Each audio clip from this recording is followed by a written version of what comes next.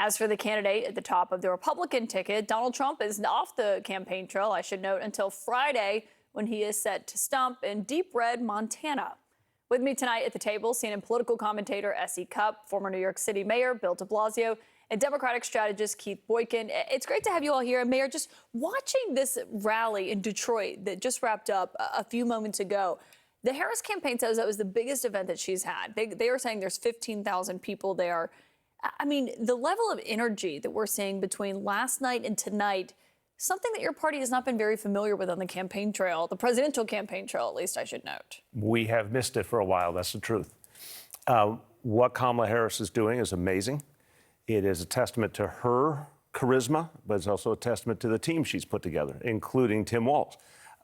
It's really interesting to see a vice presidential pick generate this kind of extra energy boost. You know, we all talk about do no harm with the pick, or maybe have an impact on a particular state. The pairing is actually quite magical. And it's interesting, when you go back to, for example, when Bill Clinton chose Al Gore, there was a palpable connection between the two. You could feel an energy, and it said something about where we could go as a country. These two, who ostensibly seem real different on the surface, their bond speaks to actually what a united, positive, forward-looking country could be. So I think Kamala Harris has done something brilliant here, more than I think any of us realize, with a pick who just says the message not only in words, but in the whole atmosphere he creates with her. Keith, what do you make of what you're seeing watching these two rallies? And I mean, I've been to 1 million Trump rallies, more than I could count. That's the kind of stuff you see at a Trump rally. Those levels of people, I think it was 8,000 yesterday, 15,000 today. You know, I know Trump has been bothered by the momentum from what I've heard from sources, but this is Trump-level enthusiasm at these kinds of events. It is, and there's been an energy shift in the race. I was in Philadelphia yesterday at that rally. I think that I was told 10,000 people were there. Every seat was filled all the way up to the rafters. And Trump had been at that same location, and he didn't fill that arena at Temple University. So I think he's really got to be very upset. He's watching Kamala Harris steal the headlines, steal the enthusiasm, steal the attention, getting the news stories, getting live TV coverage, raising $36 million or $31 million or whatever it was in the past 24 hours, on top of the $310 million she raised last month. These are the things that Donald Trump was supposed to be doing, supposed to be leading in. So I think it's really exciting. And as Bill said, we haven't seen this in the Democratic Party since 2008 when Barack Obama was the candidate. Well, and Essie, watching Harris herself, I mean, obviously there's so much focus on Governor Walz. I don't think that is always going to be there. It's because he is new to the ticket. But watching her on the campaign trail, given we saw her 4 years ago when she was running in the Democratic primary. Take, for example, just tonight, there were some protesters at her event. Listen to how she handled this protester interrupting her. Because we believe in democracy. Everyone's voice matters, but I am speaking now. If you want Donald Trump to win, then say that, otherwise I'm speaking.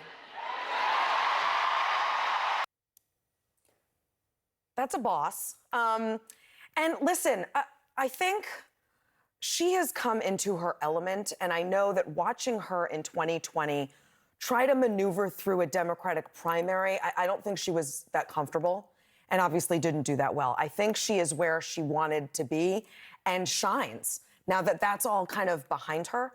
And what they're remembering, Kamala Harris and Tim Walz, is that this campaign is about the voters. And all the energy in their rooms are reflecting that. What's happening on the right with Trump and Vance is it's become all about them. You know, when J.D. Vance goes out to talk about Tim Walz's military record, he makes it about himself and his military record. When Kamala Harris plane lands on the tarmac, it's about him.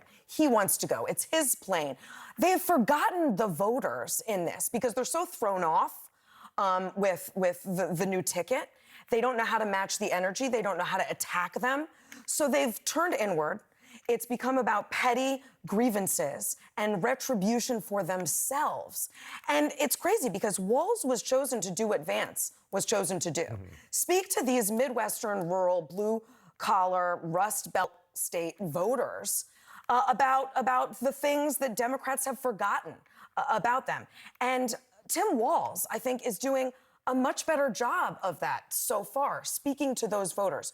J.D. Vance is talking about things that swing state voters don't care about. He's telling them to be angry about things they've never even thought of, like childless cat ladies. It's a completely different vision, and that hope and change that became a little hackneyed during 2008 was real then. It is real now. That's what I'm seeing again. Yeah, and J.D. Vance was taking questions from reporters today at his events. They were smaller, the ones that I was watching. He did talk about immigration, fentanyl, those issues that are core parts of his message. But there was another moment at this Harris rally, multiple moments where this has happened now, where it's the chants that were familiar from Donald Trump in 2016, the lock her up chants, and now it is a lock him up chant whenever they are talking about Trump's crimes, the fact that he's a convicted felon. But how Harris handled this moment really stood out to me. She's done this 3 times now. Watch this.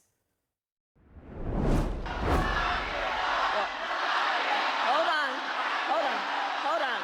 You know what? Here, hold on. Here's the thing. The courts are going to handle that. We're going to beat them in November.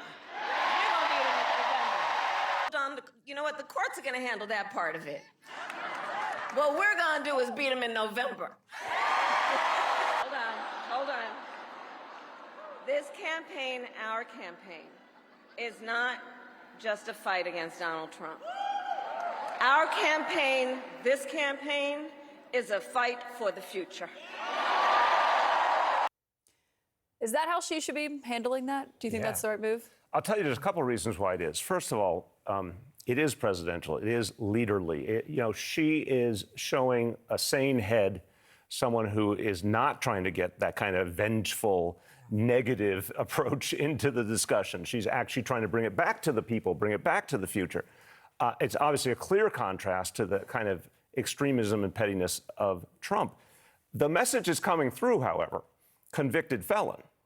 She's artfully, the crowd is saying what they're saying, and that's pure passion.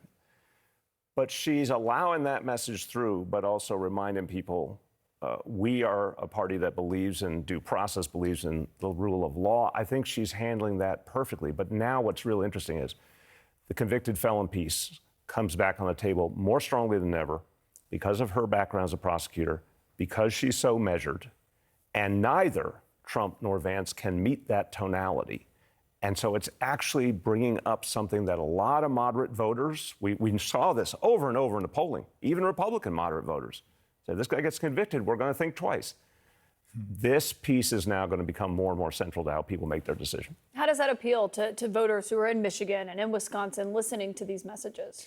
Well, I think it shows that she's a serious leader. As Bill was saying, she takes democracy seriously. She doesn't think that you just use a campaign rally just to gin up your base, but you also have to think about the impact on America. When Donald Trump in 2016 started his campaign, people were not only chanting lock her up about Hillary Clinton, even though she had not been convicted of a crime as he now has, but they were also, he was also encouraging people to attack people who were in this audience. He was saying, in the old days, we used to lead him out on a stretcher and things like that. I mean, that's the type of outrageous rhetoric that leads to violence in our political discourse. And I think she's wise to tamp that down and to focus on how can we be responsible while still giving red meat to the voters. The other thing is, though, they haven't figured out what to say against her. The Republicans they're flailing all about trying to figure out what to say. Oh my God, what should we say? We don't like her laugh. We're talking about her sexual history. They're talking about her racial identity. All these things, as Essie said, have no relevance to what the voters are concerned about. They're concerned about jobs and health care and good schools. They're concerned about whether they're going to be able to clean up the environment and have clean water that comes out of their pipes when they turn on the faucet in Michigan. They're concerned about criminal justice in Michigan and places like that too. They're not concerned about these trivial issues that the Republicans are raising. So if Donald Trump and J.D. Vance want to be serious candidates, they need to get into the ballgame and start acting like it. Essie, let me get your reaction quickly to President Biden. We heard from him today, his first sit-down interview that he's done since he exited the 2024 race. This was with Robert Costa of CBS News. Are you confident that there will be a peaceful transfer of power in January 2025? If Trump wins, no, I'm not confident at all. I mean, if Trump loses, I'm not confident at all. He means what he says. We don't take him seriously. He means it. All the stuff about if we lose, there'll be a bloodbath. It'll have to be a stolen election. this is a perfect role for Joe Biden. Running for president was not. I think we saw that. But doing I know I've been there. I was there at one of these transfers of power. I know what Donald Trump is capable of, and I know what he's thinking. The danger, the doom.